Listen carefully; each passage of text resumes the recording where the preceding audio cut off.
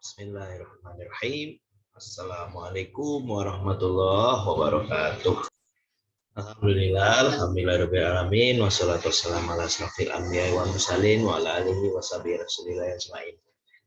Teman-teman sekali, marilah kita ucapkan puji syukur atas kehadiran Allah Subhanahu wa taala yang telah melimpahkan rahmat karunia kepada kita semua.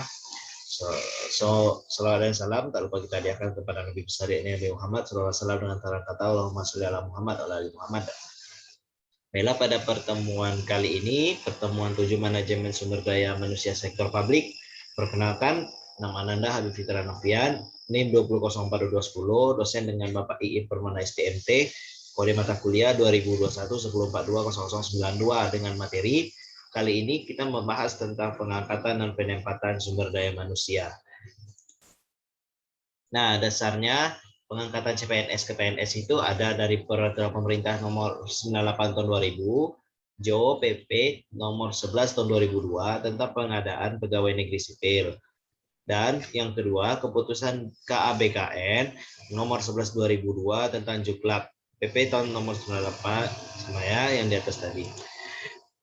Nah, sebelum diangkat menjadi PNS, calon pegawai negeri sipil biasanya harus menjalani masa percobaan minimal 1 tahun dan paling lama 2 tahun sejak diangkat menjadi CPNS. CPNS yang telah menjalankan masa percobaan dapat diangkat menjadi PNS dalam jabatan dan pangkat tertentu dengan keputusan pejabat pembina pegawaian atau gubernur. CPNS yang telah menjalani masa percobaan lebih dari 2 tahun akan memenuhi syarat untuk mengangkat jadi PNS. Tetapi karena sesuatu sebab belum diangkat menjadi PNS, maka hanya diangkat menjadi PNS apabila bukan karena kesalahan yang bersangkutan. Nah, pengangkatan CPNS menjadi PNS apabila telah memenuhi syarat sebagai berikut. Yang pertama, syaratnya memiliki prestasi kerja yang baik, dinyatakan secara tertulis oleh atasan dalam daftar penilaian pelaksanaan pekerjaan atau DP3. Yang kedua, telah memenuhi syarat kesehatan jasmani rohani untuk diangkat menjadi PNS, dinyatakan dalam surat keterangan dikeluarkan oleh dokter penguji tersendiri atau tim penguji ditunjuk oleh menteri yang bertanggung jawab di bidang kesehatan. Yang ketiga, telah lulus pendidikan dan pelatihan prajabatan dinyatakan dengan surat tanda tamat pendidikan dan pelatihan prajabatan. Nah, berkasnya yang ini ya, surat pengantar SKPD, fotokopi cetak PNS, SKCPNS, surat pernyataan melaksanakan tugas, surat kopi konvensi NIK baru, STTPL prajabatan.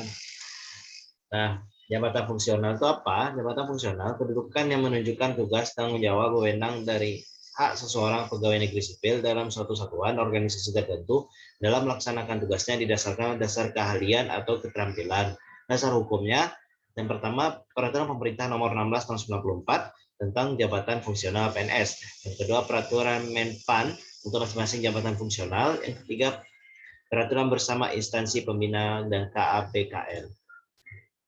Nah, pengangkatan PNS dalam jabatan fungsional ada 3 ya. Pengangkatan melalui impasing, yaitu pengangkatan dengan aturan terbaru. Yang kedua, pengangkatan pertama kali yaitu pengangkatan PNS mengisi formasi CPNS. Yang ketiga, pengangkatan melalui perpindahan dari jabatan lain.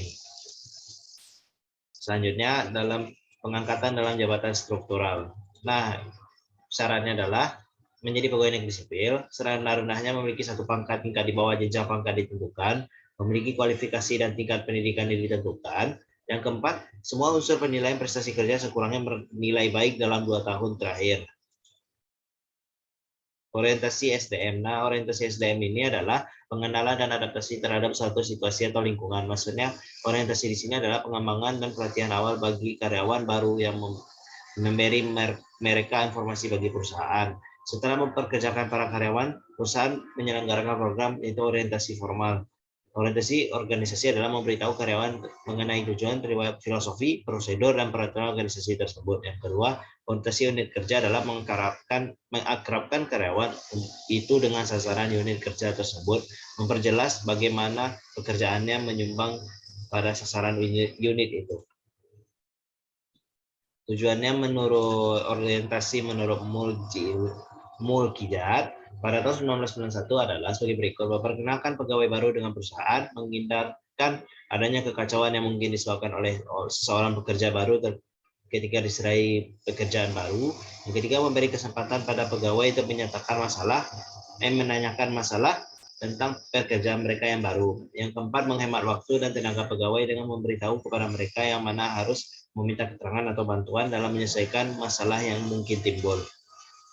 Nah, prinsip penempatan SDM adalah kesatuan tujuan, kesatuan komando, efisiensi produktivitas kerja.